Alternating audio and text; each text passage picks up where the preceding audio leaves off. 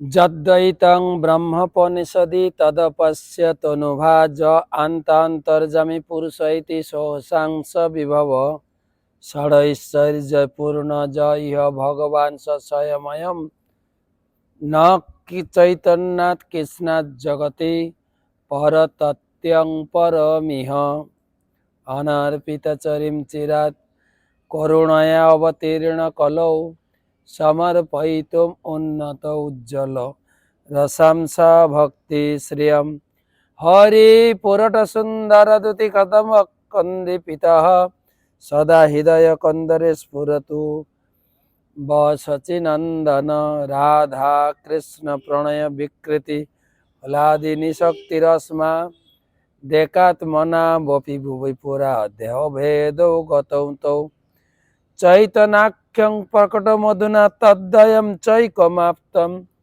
রাধা ভাবদূতে সুবলিতম নৌমি কৃষ্ণ স্বরূপম শ্রীরাধয়া প্রণয় বিকৃতি প্রণয় মহিমা কীদৃশ বা নৈবা সৌখান সাধ্য জেনাদ্ভুত মধুরিমা কীদৃশ বা মদীয় সৌখান যস্য মদনুভবত কীদৃশং বেতি লোভা তদ্ভাবাঢ্য সমজনি সচি গর্ভ সিন্ধু হরিন্দু নম ওং বিষ্ণুপাদায় কৃষ্ণ প্রেষ্টায় ভূতলে শ্রীমতে ভক্তি বেদান্ত স্বামী নিতি নামিনে নমস্তে সারস্বতে দেবে গৌরবাণী প্রচারিণে নির্বিশেষ শূন্যবাদী পাশ্চাত্য দেশতারিণে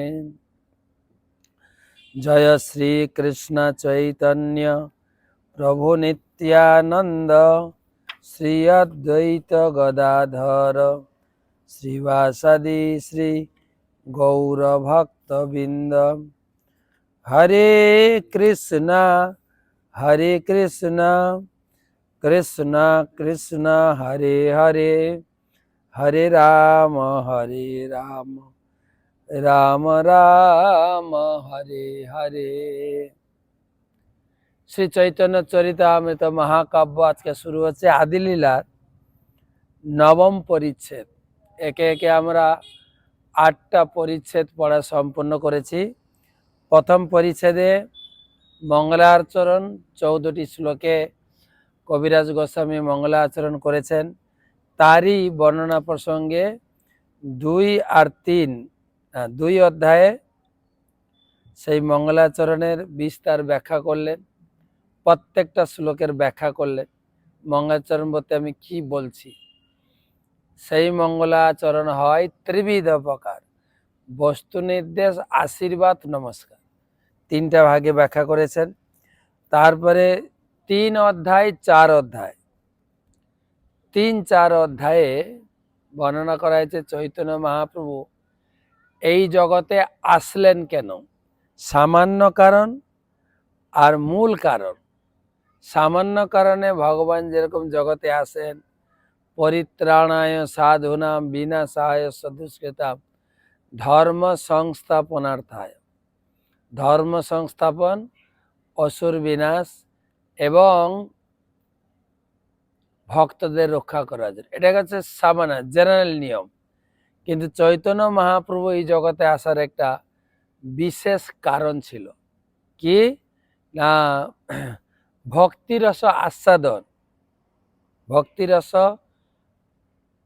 ভক্তিরসের যে সার আস্বাদন করার জন্য এসেছিলেন এবং জগতে প্রচার করার জন্য। 2টো কাজ ছিল মহাপ্রভু। যে জগতে ভক্তি তত্ত্ব আগে প্রচার ছিল না। মহাপ্রভুর আগে, মহাপ্রভু আসার আগে লোকে ম্যাক্সিমাম কি বলে দেবদেবীর পূজা বা রাম পূজা, কৃষ্ণ পূজাও লোকে করত, কিন্তু রাধারানীকে ছাড়া। রাধা তত্ত্ব বা ভাব তত্ত্ব তাদের জানা ছিল না। মহাপ্রভু এসে প্রবর্তন করলেন। তাই 4র্থ অধ্যায়ে মহাপ্রভু আসার মূল কারণ তিনি বর্ণনা করলেন যে ভক্তিরস প্রচারের জন্য এবং ভক্তিযোগ প্রচারের জন্য, এবং কি বলে কৃষ্ণের যে আরেকটা দান ছিল যে আমি আমি ভক্তিটাকে আস্বাদন করব। সেই জন্য কবিরাজ গোস্বামী লিখলেন যে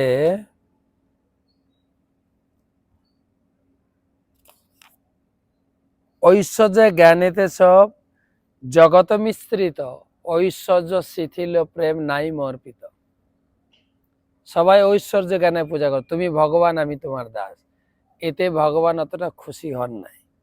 তাই প্রেমরস নির্যাস করিতে আস্বাদন, রাগ মার্গ ভক্তি লোকে করিতে প্রচারণ। রসিক শেখর কৃষ্ণ পরম করুণ, এই দুই হেতু হইতে ইচ্ছার উদ্গম।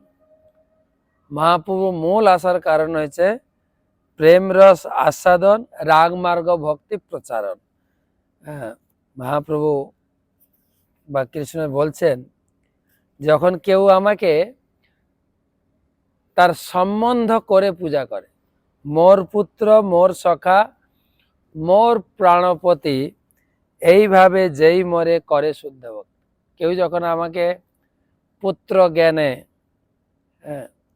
আমার সেবা করে, আপনাকে বড় মানে আমারে সময়হীন, সেইভাবে হই আমি তাহার অধীন। যেরকম কেউ যদি মনে করে আমি হচ্ছে তার ছেলে, কৃষ্ণ আমার ছেলে, তার অধীনে তখন হয়ে যায়। মাতা মরে পুত্র ভাবে করেন বন্ধন, অতিহীন জ্ঞানে করে লালন পালন। মা বাবা কি মনে করে, বাচ্চা যত ভালো করুক না কেন, বোকা ছেলেটা, একে শিখাতে হবে, চট থাপ্পড় মেরে শিখাতে হবে। তো মা যশোদাও করেছে, কানটা ধরেছে, রে গোপাল তুই মাখন চুরি করে খেয়েছিস, বলছে না, আর লাঠি নিয়ে তো পিটিয়েছে না, বেঁধে। ভগবান তাতে খুশি হয়েছে। তাই বলছেন মাতা মরে পুত্র ভাবে করেন বন্ধন, অতিহীন জ্ঞানে করে লালন পালন। আমি ছোট, তার আমার কি ভালো মন্দ সব মা চিন্তা করে, এইরকম ভক্তি করলে আমি খুব খুশি। আর কি আরেকটা ভালো, প্রিয়া যদি মান করে করয়ে ভৎসন, বেদ স্তুতে হইতে হরে মর। বৃন্দাবনের গোপীরা যখন আমাকে আমার উপরে রাগ করে গালাগালি করত, এত ভালো লাগতো না, ব্রাহ্মণের বৈদিক মন্ত্র অত ভালো লাগে না। সেই রকম আমার সেই শুদ্ধ ভক্তি লইয়া করিমু অবতার, বিবিধ করিব বিবিধ বিধ অদ্ভুত বিহার। এই শুদ্ধ ভাব আমি জগতে শিখাবো নিজে আচরণ করে। বৈকুণ্ঠ আদ্যে নাহি যেসব লীলার প্রচার, শেষে লীলা করিব আমি যাতে চমৎকার। বৈকুণ্ঠ আদি লোকে এইসব নেই, বৈকুণ্ঠে জন্মাষ্টমী হয় না, জন্মাষ্টমী এখানে হয়, ভগবানের বাল্যলীলা জন্মলীলা। সেই জন্য এইসব তত্ত্ব আমি প্রকাশ করাবো। তো এটা ছিল চতুর্থ অধ্যায়ের কথা। তারপরে পঞ্চম অধ্যায়ে নিত্যানন্দ কথা, ষষ্ঠ অধ্যায়ে অদ্বৈত আচার্যের কথা, আর বাকিদের বর্ণনা সপ্তম অধ্যায়ে পঞ্চতত্ত্ব বর্ণনা। তারপরে অষ্টম পরিচ্ছেদে আমরা পড়েছি চৈতন্য চরিতামৃত কিভাবে লেখা হলো, তার বর্ণনা আমরা পড়েছি। এখন নবম পরিচ্ছেদ শুরু হচ্ছে। চৈতন্য মহাপ্রভুর পরে এই ধারা কিভাবে বয়ে চলেছে, কারা কারা এই দায়িত্বে ছিলেন। প্রথম শ্লোক, নমো বিষ্ণুপাদায় কৃষ্ণ প্রেষ্ঠায় ভূতলে শ্রীমতে জয় পতাকা স্বামী নীতি নামিনে, নম আচার্য পাদায় নিতাই কৃপা প্রদায়িনে, গৌর কথা ধামোদায়। তো প্রথম শ্লোকে বলছেন তম শ্রীমৎ কৃষ্ণ চৈতন্য দেবম বন্দে জগৎগুরুম যস্যানুকম্পয়া সাপি মহাদ্ভিং সন্তরেত সুখম। যার কৃপা লাভ করে একটি কুকুরও অনায়াসে মহাসাগর সাঁতার কেটে পার হতে পারে, সেই জগৎ গুরু চৈতন্য দেবকে আমি বন্দনা করি। তো এখন এই শ্লোকের উপরে কৃষ্ণদাস কবিরাজ গোস্বামী বর্ণনা করছেন যে সমুদ্র সাগর পার হওয়া মুশকিল, কিন্তু বা কুকুর তো জলে সাঁতার দেয় কুকুর, কিন্তু কিছুদিন গিয়ে ফেরত আসে, তার সমুদ্র সাঁতার দেওয়া তো ছেড়ে দিন। কিন্তু চৈতন্য মহাপ্রভু কৃপা হলে একজন সমুদ্র সাঁতরেও পার হতে হবে। কবিরাজ গোস্বামী প্রত্যেক অধ্যায়ের পুরো বর্ণনা একটা সংস্কৃত শ্লোক লিখে রেখে গেছে। পুরো অধ্যায়ের বর্ণনা একটা শ্লোকে দিয়েছে। তিনি বলছেন, যাদের কাছে চৈতন্য চরিতামৃত আছে বইটা নিয়ে বসেন, তাহলে আপনার সুবিধা হবে পড়তে এবং বুঝতে সুবিধা হবে। তম শ্রীমৎ কৃষ্ণ চৈতন্য দেবং বন্দে জগৎগুরুম যস্যানুকম্পয়া সাপি মহাদ্ভীম সন্তরেত সুখম। যে চৈতন্য মহাপ্রভু কৃপা হলে সহজেই এই সংসার সমুদ্র অতিক্রম করা যায়, তার চরণে প্রণাম জানাই। জয় জয় শ্রীকৃষ্ণ চৈতন্য গৌরচন্দ্র জয়াদ্বৈত চন্দ্র জয় গৌর নিত্যানন্দ। জয় জয় শিবাসাদি গৌর ভক্তগণ সর্বাভীষ্ট পূর্তি হেতু যাহার স্মরণ। আমাদের মন্দিরে পঞ্চতত্ত্ব মন্দিরে চৈতন্য মহাপ্রভু, নিত্যানন্দ প্রভু, অদ্বৈত আচার্য প্রভু, শ্রীনিবাস, গদাধর, তাদের স্মরণ করলেই জীবনের সব আশা পূরণ হয়ে যাবে। হরি বল। শুধু স্মরণ করলেই, কবিরাজ গোস্বামী বলছে সর্বাভীষ্ট পূর্তি হেতু যাহার স্মরণ। যাকে স্মরণ করলে, যে পঞ্চতত্ত্বকে স্মরণ করলে সর্ব অভীষ্ট পূরণ হবে। আমার গুরুমাজ প্রায় ক্লাসে বলেন পঞ্চতত্ত্ব হচ্ছে অত্যন্ত কৃপালু। এর আগের অধ্যায়ের আগের সপ্তম অধ্যায়ে আলোচনা করেছি যে ভগবান কৃষ্ণ তিনিও আমাদের অপরাধ পাপ নিয়ে নেন, কিন্তু অপরাধ বা পাপ কেবলমাত্র স্মরণ করলেই জীবনের সমস্ত অপরাধ মুক্ত হয়ে ভগবত ধামে চলে যাবে। বা সর্ব অভীষ্ট পূরণ মানে যে যায় বাসনা করেন পূরণ হয়ে যায়, সর্বাভীষ্ট। শ্রীরূপ শ্রী সনাতন ভট্ট রঘুনাথ, শ্রীজীব গোপাল ভট্ট দাস রঘুনাথ, এসব প্রসাদে লিখি চৈতন্য লীলা গুণ, জানি বা না জানি করি আপন সদন। চৈতন্য মহাপ্রভু লেখার ক্ষমতা আমার কোথায়? এর আগে আমি বলেছি যে চৈতন্য চরিতামৃত লিখেছেন মদন মোহন স্বয়ং, কবিরাজ গোস্বামীকে দিয়ে লিখিয়েছেন। এই গ্রন্থ লিখায় মরে মদন মোহন, আমার লেখন যেন শোকের পঠন। আমার লেখা কে পড়ে কার মঙ্গল হবে? মদন মোহন লিখেছেন চৈতন্য চরিতামৃত, তাই সবার উদ্ধার হবেই। তাই বলছেন, জানে বা না জানে কেহ, শুনিতে শুনিতে সেহ, কি অদ্ভুত চৈতন্য চরিত, জানিবে রসের রীতি, কৃষ্ণে উপজীবে প্রীতি। শুনিলেই বড় হয় হিত। চৈতন্য চরিত্র তো বাড়িতে রাখলেই, পড়লেই, শ্রবণ করলেই মঙ্গল আর মঙ্গল। তাই আমরা বৃহস্পতিবার দিন বসে আলোচনা করি।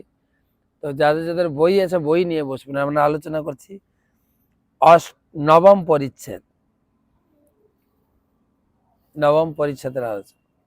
এসব প্রসাদে লিখি বলছেন পঞ্চতত্ত্ব, রূপ গোস্বামী, সনাতন গোস্বামী, রঘুনাথ ভট্ট, শ্রীজীব গোপাল ভট্ট, দাস রঘুনাথ, তাদের এসব প্রসাদে লিখি চৈতন্য গুণ লীলা গুণ, না জানি জানি বা না জানি করি আপন। আরেকটা বড় জিনিস হচ্ছে কোনো কিছু পাঠ করা কীর্তন করা মানে লোককে দেখাওয়া নেই, নিজে থেকে আস্বাদন করতে হবে।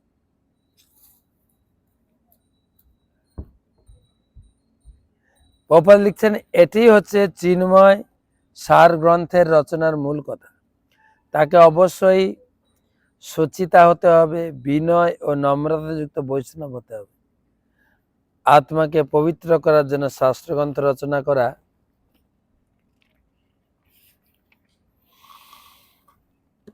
উচিত বা কেনার জন্য নয়।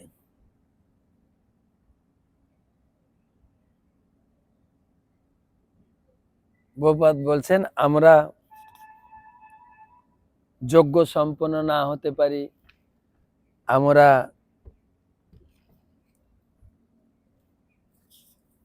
আমি আমি লেখার পরিপাটি না হতে পারি, কিন্তু এই সমস্ত ব্যক্তি চৈতন্য মহাপ্রভুর পার্শ্ব তাদের আশীর্বাদ হলে আমি লিখতে পারবো, বা তাদের আশীর্বাদে আমি লেখা শুরু করছি। মালাকার স্বয়ং কৃষ্ণ প্রেমকল প্রেম মালাকার স্বয়ং কৃষ্ণ প্রেমার তুরং স্বয়ং ধাতা ভোক্তা তৎফলা ফলানাম যস্তু চৈতন্য আশ্রয়ে।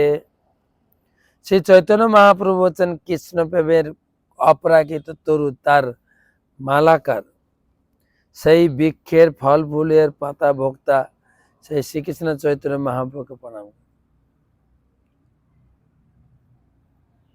তো চৈতন্য মহাপ্রভু তিনি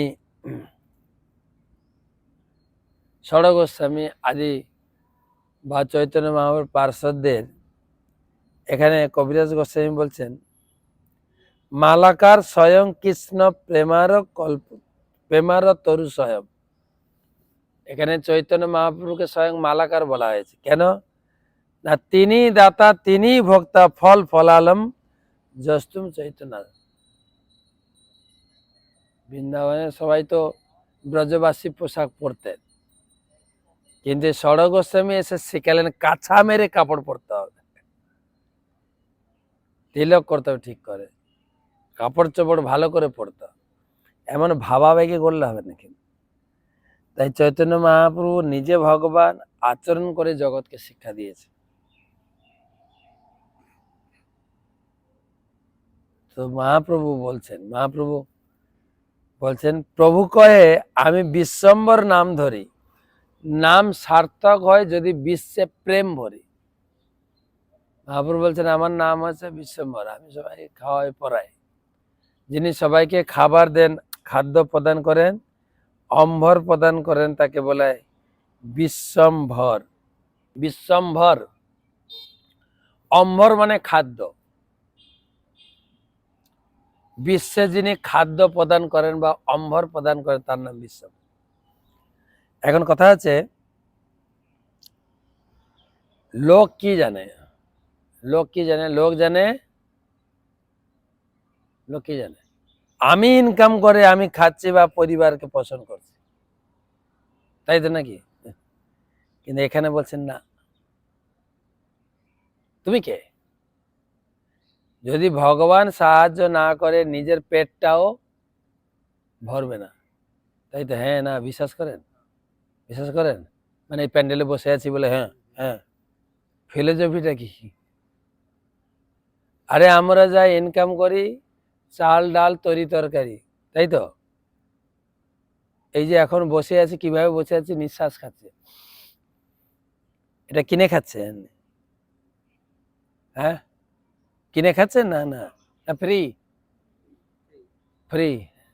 এটা যদি কিনতে হতো, চাল ডাল তরি তরকারি না খেলেও, ধরুন আপনি হয়তো খেয়েছেন দুপুরে, এখন তো কিছু খাননি, এই কয়েক ঘন্টা বেঁচে আছি কি করে, না কিছু খাইনি, কি খেয়েছি? হাওয়া। হ্যাঁ, চাল ডাল তরি তরকারি না খেয়েও অনেকক্ষণ বাঁচা যায়, হাওয়া না খেয়ে কতদিন বাঁচে?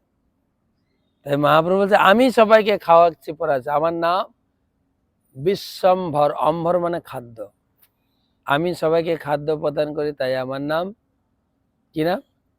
বিশ্বম্ভর। তো আমার নামটা বিশ্বম্বর, কিন্তু কাজ করতে হবে কি? প্রভু কয়ে আমি বিশ্বম্বর নাম ধরি, নাম সার্থক হয় যদি বিশ্বে প্রেম ভরি। সারা বিশ্বে যদি কৃষ্ণ নাম প্রচার করে সবার ভিতরে প্রেম ভরাতে পারতাম, তাহলে আমার নামটা সার্থক।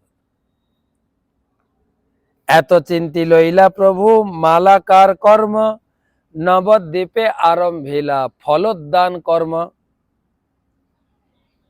এই চিন্তা করে মহাপ্রভু তিনি এই নবদ্বীপ মায়াপুরে সংকীর্তনের চারা লাগালেন। চারা গাছ, মালাকার ধর্ম মানে মালি আছে না, যারা চারা গাছ তৈরি করে বা বাগানের যত্ন নেয় যারা, এই যে কত ফুল ফল হয়েছে দেখেন, কত সুন্দর, কত ফুল ফল একদম সেজে উঠেছে।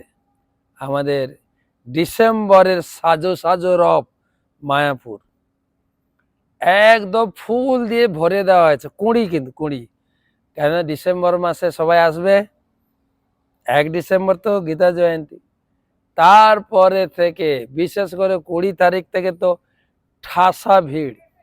তাই এখন থেকে সাজিয়ে দেওয়া আছে, ওই কুঁড়ি ফুটে থাকবে। হ্যাঁ, আপনি এসে সেলফি নেবেন। হ্যাঁ, সেই মায়াপুর কেমন ভাবে সাজানো আছে একদম 5 জানুয়ারি পর্যন্ত। ডালিয়া, চন্দ্রমল্লিকা আর দেশ বিদেশের বিভিন্ন ফুল, শুধু ফুল দেখতে আসেন আর ভিডিও বানাবেন আর সেলফি তুলবেন আর মাঝে মাঝে হাসেন। ব্যাস, মায়াপুরের সুগন্ধ। ঠিক আছে, তো সেই এই ফল ফুল গাছ যে দেখাশোনা করে তাকে বলা হয় মালি। মালি। তো মহাপ্রভু নিজে দায়িত্ব নিয়েছিল, আমি মালাকার ধর্ম, ঠিক আছে, এমন ভাবে বাগান তৈরি করব, সে ফল ধরবে, ফল সবাইকে খাওয়াবো। চৈতন্য মালাকার পৃথিবীতে আনি, ভক্তি কল্পতরু রপিলা সিঞ্চি ইচ্ছা পানি। তাই মহাপ্রভু এই নবদ্বীপে সেই মালাকার ধর্ম, ফলের গাছ লাগিয়েছিলেন, নিজে জল দিয়েছিলেন। গুরুদেব দীক্ষা দেওয়ার সময় আমাদের হৃদয়ে বীজ পুঁতেছেন। দীক্ষার সময় আমরা গুরুদেবের কাছে কি পেয়েছি? কি পেয়েছি? কি পেয়েছি? নাম। কে দীক্ষিত আছেন এখানে? বলেন কি পেয়েছি? দীক্ষা দেব গুরুদেবের কাছে কি পেয়েছে? মালা পেয়েছে, নাম পেয়েছে না? ব্রহ্মাণ্ড ভমিত কোন ভাগ্যবান জীব, তারপরে গুরু কৃষ্ণ প্রসাদে পায়। কি পায়? ভক্তিলতা বীজ। এই যে চারা গাছগুলো না, এটা তো গাছ, আর গুরুদেব হৃদয়ে রোপণ করেছেন লতার বীজ। লতা, লতা, এটা গাছ আর ওটা লতা। কি লতা? ভক্তিলতার বীজ। এবারে সেই ভক্তিলতার বীজে প্রতিদিন জল দিতে হবে। কি জল? কি জল? কি জল? শ্রবণ কীর্তন জলে করে হয়েছে। প্রতিদিন ভাগবত পড়তে হবে, ভাগবত শুনতে হবে আর ভাগবত প্রচার করতে হবে। তাই মহাপ্রভু সেই ভক্তি বাগান তৈরি করেছিলেন, আর সেই বাগানের মেন ছিলেন জয় শ্রী মাধব পুরী কৃষ্ণ প্রেমপুর ভক্তি কল্পতরু তেহ প্রথম অঙ্কুর। এই ভক্তি বা প্রেম ভক্তি বা ভক্তি যোগের শিক্ষা মাধবেন্দ্রপুরী প্রথম প্রতিষ্ঠা করেছে, তারপরে ঈশ্বরপুরী, তারপরে চৈতন্য। তাই এখানে বলছেন যে জয় শ্রী মাধবপুরী কৃষ্ণ প্রেমপুর ভক্তি কল্পতরু তেহ প্রথম অঙ্কুর। শ্রী ঈশ্বরপুরী অঙ্কুর পুষ্ট হইল, আপনে চৈতন্য মালি স্কন্ধ উপজিল। প্রথম হচ্ছে মাধবেন্দ্রপুরী, তারপরে ঈশ্বরপুরী, আর পরবর্তীকালে তারপরে মহাপ্রভু সেই বোঝা কাঁধে নিয়েছে। আর মহাপ্রভুর সঙ্গে যারা যারা ছিলেন তারও বর্ণনা দিচ্ছেন। প্রথমে প্রভুপাদ বর্ণনা করছেন মাধবেন্দ্র পুরীর শিষ্য ছিলেন ঈশ্বরপুরী, তার ভিটা হচ্ছে হালি শহর, কুমারহাট। তিনি মাধবেন্দ্রপুরীর শিষ্য ছিলেন, কিন্তু মাধবেন্দ্রপুরী যখন বয়স হয়, মাধবেন্দ্রপুরী কোথার বাড়ি ছিল? ঈশ্বরপুরীর বাড়ি কুমারহাট, এই হালি শহর। আর মাধবেন্দ্রপুরীর বাড়ি কোথায় ছিল? আমাদের আমাদের চন্দন যাত্রা মহোৎসব করি কখন কখন? চন্দন যাত্রা অক্ষয় তৃতীয়া থেকে 21 দিন করি না? সেই চন্দন যাত্রা উৎসব কে শুরু করেছিলেন? কে? হ্যাঁ, মাধবেন্দ্রপুরী। সেরকম না, বলতে হবে আমাদের বাংলার মাধবেন্দ্রপুরী। কোথাকার? বাংলা। আর পূর্ববঙ্গের যারা লোক বলে না, আমাদের পূর্ববঙ্গের লোক মাধবেন্দ্র। আমি লোককে বলি চৈতন্য চরিতামৃত হচ্ছে বাংলার ইতিহাস। চৈতন্য মহাপ্রভু এই নাম প্রেম প্রচারে অংশগ্রহণ করার জন্য বিষ্ণু ঠাকুর, শিব ঠাকুর বাংলাদেশে জন্মগ্রহণ করলেন। কি রূপে? অদ্বৈত আচার্য রূপে। স্বয়ং শিব মহাপ্রভু নাম প্রচারের জন্য নেমে গেলেন মাঠে। বিষ্ণু শিব একসঙ্গে যুগল অবতার হচ্ছে অদ্বৈত। ভগবান নিজে তার বড় ভাইকে নিয়ে এলেন, বলরাম হইল নিতাই, তিনিও বাংলায় জন্মগ্রহণ করলেন। আর রাধারানী স্বয়ং, জানেন এই কলিযুগে তিনিও জন্মগ্রহণ করলেন পুরুষ রূপে, গদাধর পণ্ডিত। তার বাবাও বাংলাদেশে জন্মগ্রহণ করেছে, পুণ্ডরিক বিদ্যানিধি। সব চৈতন্য চৈতন্যতে পাবে। আর শুধু তাই না, তার অনন্ত কোটি পার্ষদ মাধবেন্দ্রপুরী, হরিদাস ঠাকুর, রূপ সনাতন, জগন্নাথ দাস বাবাজি, অনেকের নাম পাবেন যারা এই বাংলাদেশে জন্মগ্রহণ করেছেন। বাংলাদেশের মাটি এত উর্বর, আমার গুরুদেব বলেন বাংলাদেশের লোককে ভক্তি শিখাতে লাগে না, তারা ছোট থেকেই ভক্ত। মা বাবার কাছ থেকে, বিশেষ করে মায়ের কাছ থেকে সব শিখে যায়। কি করে আরতি করতে হয়, কি করে ভগবানকে পুজো করতে হয়, কি করে উলুধ্বনি দিতে হয়, বলেন তো শিখি? ওরা কি স্কুলে শেখায় না? তো আমি কয়েকদিন আগে বিদেশে ছিলাম, ওখানে আমাকে রিসেপশন করছে, প্রদীপ জ্বালিয়ে মায়েরা উলুধ্বনি দিচ্ছে। একটা পিচ্ছি ছিল, ও মায়েদের দেখে জিভ নাড়া শুরু করেছে, তার মানে উলুধ্বনি শিখে গেছে দেখে। গুরু মহারাজ বলছে বাংলাদেশের লোক, তারা ভগবানের স্বতঃস্ফূর্ত ভক্ত, তাদেরকে ভক্তি শেখাতে লাগে না, তাদেরকে একটু কাজ করতে হয়, মাছ মাংসটা ছেড়ে দিলেই হবে। আমাদের বাঙালি লোক তো মাছ মাংসতে আটকে যাচ্ছে, ভক্তি করতে চায়। ভক্তি করলে, নাম জপ করলে নিরামিষ খেতে হবে নাকি? এটাই সব থেকে বড় ভয়, নিরামিষ খেতে না। আমরা নিরামিষ ছেড়ে, কি বলে, আমিষ ছেড়ে নিরামিষের যে কত আইটেম, খেয়েই শেষ করা যায় না। এই যেরকম মায়াপুরে এসেছি, মায়াপুরে চলছে ধুমধাম। গতকালকে তো গেছে বিয়ের সিরিজ। সকাল থেকে বিয়ে অ্যাটেন্ড করেও পারি, নিজে বিয়ে করিনি, কিন্তু বিয়ে দেখতে খুব মজা লাগে। বিয়ের সিরিজ কিরকম কিরকম বিয়ে হয়। কালকে রাত্রে একটা বিয়ে ছিল, পূজারি এমন খেপিয়ে দিল দুজনকে, বুঝে দেখো আমি ছেলের পক্ষও নেই, মেয়ের পক্ষ নেই, ঠিক আছে?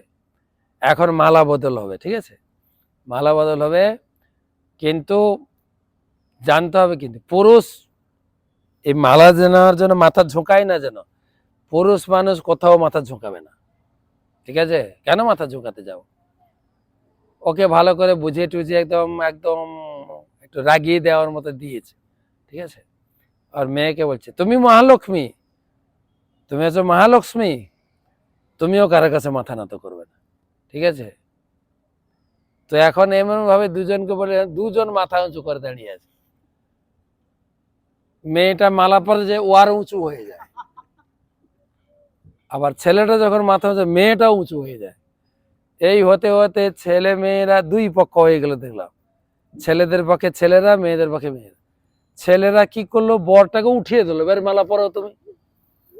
মেয়েরা কি করলো, মেয়েটাকে তুলে ধরে বলে মালা পরাও। বা দারুণ মজা। আমাদের এগুলো দেখি নাই তো কোনোদিন। তখন পূজারী বলছে, মহারাজ আপনি বিয়ে করেননি, দেখবেন কি করে। হ্যাঁ সেটা ঠিকই। তো প্রচুর বিয়ে হলো।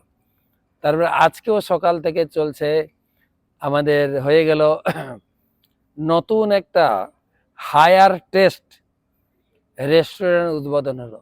হায়ার টেস্ট মানে মাছ মাংস কি ওর কাছে, এত সুন্দর সুন্দর দেশ বিদেশি খাবার তৈরি করবে ওরা, বা করে খাওয়ালো আজকে। ইডলি ধোসা পাস্তা পিজা তো আছেই, নতুন একটা আইটেম আপনাদের দেখিয়েছি না, ভিডিওতে দেখেছি, পেয়েছেন কি? নাহলে অপেক্ষা করুন, ভিডিওটা যাচ্ছে আপনাদের কাছে। একটা নতুন আইটেম খেলাম, ইডিয়াপম, নাম শুনেছেন কখনো? ইডিয়াপম, তার কিভাবে বানাচ্ছে একদম সিম্পল, কিন্তু কোনো তেলে ভাজা না বা বেশি কি বলে যায় মশলা বা ওইরকম কিছু না, সিম্পল চালটাকে বেটে কি সুন্দর বানাচ্ছে। আর জলে ভাসছে, জলে জলে ভাজা হয়েছে না, জলে ভাজা মানে নিচে টকবক করে জল ফুটছে, তার বাষ্পতে ওটা সিদ্ধ হচ্ছে। নিয়ে এলো গরম গরম, দিয়ে নারিকেলের দুধ ঢেলে দিল, খান। বাবা এদের নতুন টেস্ট দেখছি, ইডিয়াপম, নারকেল দুধ দিয়ে খেতে। নারকেল কুড়ে চেপে চেপে দুধ বের করেছে, সেই দুধ দিয়ে কোনো কোনো কিছু কেমিক্যাল নাই, কোনো আলাদা করে মিষ্টি চিনি গুড় কিছু দেয়নি, এমনি টেস্ট। ইডিয়াপম খেতে গেলে আসতে হবে আমাদের হায়ার টেস্ট রেস্টুরেন্টে থেকে। তারপরে এটা নতুন সিজিলার, এটা নতুন আইটেম এসছে, সিজিলার সব বিভিন্ন প্রকার কাঁচা সবজি একদম তাওয়াতে বসিয়ে দিচ্ছে, আর এমনি এমনি বাষ্পতে সিদ্ধ হচ্ছে, আর তার উপরে একটু অলিভ অয়েল বা কিছু দিয়েছে, খাও। এগুলো পাবেন কোথায়? হায়ার টেস্টে আসতে। সকালে হায়ার টেস্টের উদ্বোধন হলো। তারপরে আমরা গেলাম কোথায়, একটা বার্থডে পার্টি গেলাম, আমাদের বড় বাবুর একজন বার্থডে, মায়াপুর বড় ম্যানেজমেন্টের বার্থডে, সেটা গেলাম। কয়তলা কেক বানিয়েছি, কয়তলা কেক। তারপরে গেলাম গৃহপ্রবেশ, নাকি না ওটা কি অনুষ্ঠান ছিল, গৃহপ্রবেশ, একটা 5 তলা বিল্ডিং হচ্ছে, সেখানেও গেলাম। তো গিয়ে সবাইকে বললাম যতগুলো ফ্ল্যাট হচ্ছে, প্রতিটা ফ্ল্যাটে প্রভুপাদের একটা লাইব্রেরি, মানে একটা করে ভাগবত থাকতেই হবে, নাহলে ফ্ল্যাটে থাকা বিপদ হয়ে যাবে কিন্তু। হ্যাঁ, তো ফ্ল্যাটে থাকবে, এবং এর উপরে একটা ছাদ তৈরি করুন, যেখানে আমাদের দোল পূর্ণিমার সময় বিভিন্ন ব্রহ্মচারীরা এসে থাকবে। তো মায়াপুরে দেখছি উৎসব আর উৎসব আর উৎসব। তার মতো প্যান্ডেলে চলছে আমাদের গীতার আলোচনা, আর শুধু তাই না, গীতার আলোচনার পরে পরে একটা আমাদের লোকাল টিম রয়েছে, কত সুন্দর তারা তারা কি বলে কালচারাল প্রোগ্রাম করছে। কালকে ছিল সতী তুলসীর নাটিকা, জমজমাট, একদম জমজমাট বলবো না, ফাটাফাটি, একদম ফাটাফাটি নাটক। তারপরে কচি কাচাদের নৃত্য, আর কি মধুর গীতা আলোচনা। মায়াপুর টিভিতে চোখ রাখবেন কিন্তু, নাহলে কিন্তু বিশাল মিস করবেন। আসেননি তো মিস করেছেন, আবার মায়াপুর টিভিতে চোখ না রাখলে আরো মিস করবে। ঠিক বিকাল 4:30 থেকে অনুষ্ঠান, আর সকাল 7:30 থেকে 9টা, বিকাল 4:30 থেকে 7টা। আর তারপরে আমরা 5G প্রোগ্রাম করছি, 5G, ঠিক আছে? আপনার হয়তো 3G 4G নেট আছে, আর আমাদের প্রোগ্রাম হচ্ছে 5G প্রোগ্রাম। 5G, গো, গঙ্গা, গীতা, গুরু, গোবিন্দ, 5টাতে জি আছে কিন্তু দেখেন। তো আমরা আজকে গো পূজা করেছি, ঠিক আছে, কালকে গঙ্গা পূজা করব, গোবিন্দ পূজা তো সকাল বিকাল হচ্ছে, একদিন প্রভুপাদ সমাধি যাব, গুরু পূজা, গো, গঙ্গা, গীতা। আর গীতা তো সকাল বিকাল পূজাই হচ্ছে, বিশেষ করে 1 তারিখে সকাল 7টা থেকে একদম ভরপুর গীতা পারায়ণ, গীতা ধ্যান, গীতা শ্রবণ এবং গীতা মনন, গীতা মহাআরতি আর গীতা দান। গীতা দান করবেন। প্রচুর লোকের লাইন পড়ে গেছে গীতা দানের। আমি যারা যারা গীতা দান করেছেন তাদের নামটা আমি ঘোষণা করব, ক্লাসের পরে পরে ঘোষণা করব। গীতা দান এই 1 মাস সুযোগ আছে, কিন্তু পুরো গীতা জয়ন্তী মাসে গীতা দান করলেই ভগবান খুব খুশি হবেন। তো যাই হোক, যেটা বলছিলাম যে ঈশ্বরপুরীর পরে দায়িত্ব নিয়েছিলেন মহাপ্রভু। শ্রী ঈশ্বরপুরী রূপে অঙ্কুর পুষ্ট হইল, আপনে চৈতন্য মালি স্কন্দ উপজিল। প্রথমে ছিল মাধবেন্দ্রপুরী, তার শেষ ঈশ্বরপুরী। তো মাধবেন্দ্রপুরী তো সিলেটে আবির্ভূত হয়ে তিনি ভক্তি প্রচার করেছেন, বৃন্দাবনে এসে, তারপর রেমুনাতে, আর তারপরে ঈশ্বরপুরী। তো যেটা বলছিলাম, মাধবেন্দ্রপুরী যখন বয়স হয়ে যায়, চলতে পারতেন না, তখন ঈশ্বরপুরী তার সেবা করেছিলেন। বিছানায় পায়খানা প্রস্রাব যা এত সুন্দর সেবা করেছে। মাধবেন্দ্র তাকে জড়িয়ে ধরে তাকে আশীর্বাদ দিয়েছেন, তোমার যাতে কৃষ্ণ লাভ হয় এই জীবনে। আর সেই মাধবেন্দ্রপুরীর কৃপায় কৃষ্ণ প্রেম তো লাভ করেছেন, শুধু তাই না, ভগবানকে শিষ্য রূপে লাভ করেছেন। ভগবান স্বয়ং তার কাছে দীক্ষা নিলেন, যেহেতু মাধবেন্দ্রপুরীর কৃপা ছিল। হ্যাঁ, আর মহাপ্রভু দেখিয়েছেন, ঈশ্বরপুরী যেরকম গুরু সেবা দেখিয়েছেন, মহাপ্রভুও তাই। দীক্ষা নিয়ে এসে তিনি মায়াপুর থেকে ভক্ত টক্ত নিয়ে গেলেন সেই গুরুদেবের জন্মভিটা কুমারহট্ট হালিশহর। ওখানে গিয়ে গুরুদেবের জন্মভূমি বলে তিনি উদ্দণ্ড নৃত্য কীর্তন করলেন। আর শুধু তাই না, ওখান থেকে যে গুরুদেবের জন্মভিটা মাটি খুঁড়তে শুরু করলেন। একটু মাটি খেলেন, তিলক কি বলে মাথায় লাগানো দিয়ে চললেন। আর মহাপ্রভু যেহেতু একটু মাটি নিয়েছেন, প্রতিদিন একটুকু করে মাটি খাবেন, মহাপুর মাটি নেওয়া দেখে লাখো ভক্ত তারাও মাটি নিতে নিতে একটা পুকুর হয়ে গেছে এখন। সেই পুকুরের নাম হচ্ছে, যেহেতু মহাপ্রভু প্রথম মাটি নেওয়া শুরু করেছে, চৈতন্য ডোবা। হালিশহরে বিখ্যাত জায়গা। কয়েকদিন আগে আমরা গেছিলাম ওখানে, প্রোগ্রাম দামোদর প্রোগ্রাম করে এলাম হালিশহরে চৈতন্য। তো এখানে বলছেন মাধবেন্দ্রপুরীর পরে ঈশ্বরপুরীর পরে এখানে প্রভুপাদ লিখছেন কিভাবে সদ্গুরু বিশ্বস্ত শিষ্য হতে হয়, সেই শিক্ষা দেওয়ার জন্য চৈতন্য মহাপ্রভু কুমারহট্টতে ঈশ্বরপুরীর জন্মস্থানে গিয়েছিলেন এবং তার জন্মস্থানের মাটি সংগ্রহ করেছিলেন। সেই মাটি খুব সাবধানে সঙ্গে রেখে দিয়েছিলেন। প্রতিদিন এক টুকরো করে সেই মাটি খেতেন। চৈতন্য ভাগবতের আদি খণ্ডের 7ম 10 অধ্যায়ে এই বর্ণনা আছে। এখন চৈতন্য মহাপ্রভু দৃষ্টান্ত অনুসরণ করে সেখানে গিয়ে সেই স্থানের মাটি সংগ্রহ করা ভক্তদের একটা প্রচলিত প্রথা হয়ে দাঁড়িয়ে গেছে। সেখানে গেলে একটু মাটি নিয়ে আসবে। টাইম তো শেষ হয়ে গেল গো।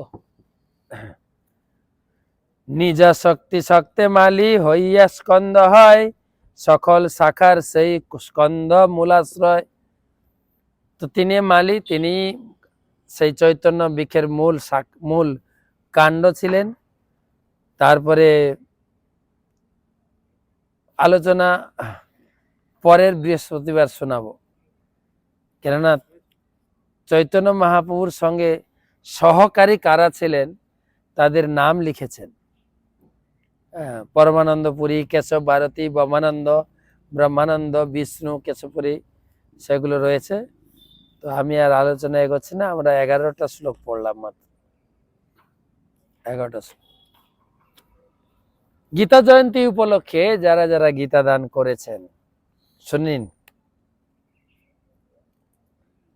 তুষ্ট নন্দরাজা দাস 14খানা গীতা শ্রীলঙ্কা থেকে। সুভাষিনী কে কাবেরী দেবী দাসী 8টা গীতা। ভুবনেশ্বর কেশব দাস 5টা গীতা। নম্রতা বিকাশ সিং, নম্রতা বিকাশ সিং। মুম্বাই থেকে 4টা গীতা, প্রিয়াঙ্কা জানা 4টা গীতা, মেদিনীপুর থেকে নূপুর সিং, আসাম থেকে 2টো গীতা, হর্ষিত লোসালি 2টো গীতা, পদ্মলোচন বিষ্ণুপ্রিয়া দেবী দাসী, শ্যামারানী দেবী দাসী, মেনকা মাইতি, শম্পা ঘোড়াই মাইতি, অঙ্কন মাইতি, স্নেহশ্বরী মাইতি, নারায়ণ গড়াই, লক্ষ্মীরানী গড়াই, মল্লিকা শর্মা। এনারা একটা একটা করে গীতা দিয়েছেন। বিষ্ণু পদকমল দাস 108টি গীতা, জীবন কৃষ্ণ সাহা চন্দ্রকোনা রোড 6টি গীতা, অনুসরী পিকে 6টা গীতা, 4টে গীতা, অনন্ত পাত্র এন্ড মমতা পাত্র 2টো গীতা, দীপজ্যোতি ঘোষ এন্ড অসিত ঘোষ 2টি গীতা, দীনপাবন কৃষ্ণ দাস 2টি গীতা, উষা বিশ্বাস 2টি গীতা, নিতাই পাল, মধুমিতা মোদক, বর্ণ দাস মাইতি, সবাই 3 জনে একটা করে গীতা। অলকা দে, পার্থ কর্মকার, মাধব চন্দ্র রায়, সুমেধা রাধা দাস দেবীদাসী, কৃষ্ণা দাস, ঋষিকা বাসু, বিভা বা বিশ্বাস এবং শেফালি বিশ্বাস একটা করে গীতা। দীনবন্ধু গৌরাঙ্গ দাস 108টা গীতা, কালিয়া দমন গোবিন্দ দাস 40টি গীতা, দিব্যা মাধবী দেবী দাসী 24টা গীতা, মীরা সরকার 21টা গীতা, নমিতা মণ্ডল 21টা গীতা, গোলকপতি গোবিন্দ দাস 11টি গীতা, সুবোধ বিশ্বাস 8টি গীতা, বিশাখা বিশ্বাস 5টি গীতা, বিজয়া শ্রী দেবী দাসী, সুজয় গৌর দাস, শ্রুতিপ্রিয়া গৌরাঙ্গী দেবী দাসী, জ্যোতিরূপা দেবী দাসী, সুবর্ণ বিষ্ণুপ্রিয়া দেবী দাসী, পদ্মাবতী দেবী দাসী, দাসী মণ্ডল, গয়া বিশ্বাস একটা করে গীতা, তবে দাসী মণ্ডল 2টো গীতা। তো আজকে এই পর্যন্ত নাম থাক। যদি আপনার নাম বাদ পড়ে যায়, গীতা দিয়েছেন নামটা নামটা পাঠাবেন। আর আর আপনাদের যেখানে যেখানে গীতাদান করছেন, বিশেষ করে আমাদের মায়াপুরে আমার অফিসে, এগুলো আমার অফিসে জমা পড়েছে। আপনার নাম গোত্র দেবেন, গীতা জয়ন্তীর দিন আপনার নামে স্পেশাল পুজো হবে। ঠিক আছে, তো আজকে এই পর্যন্ত রাখি। শুভরাত্রি, সবাই ভালো থাকেন।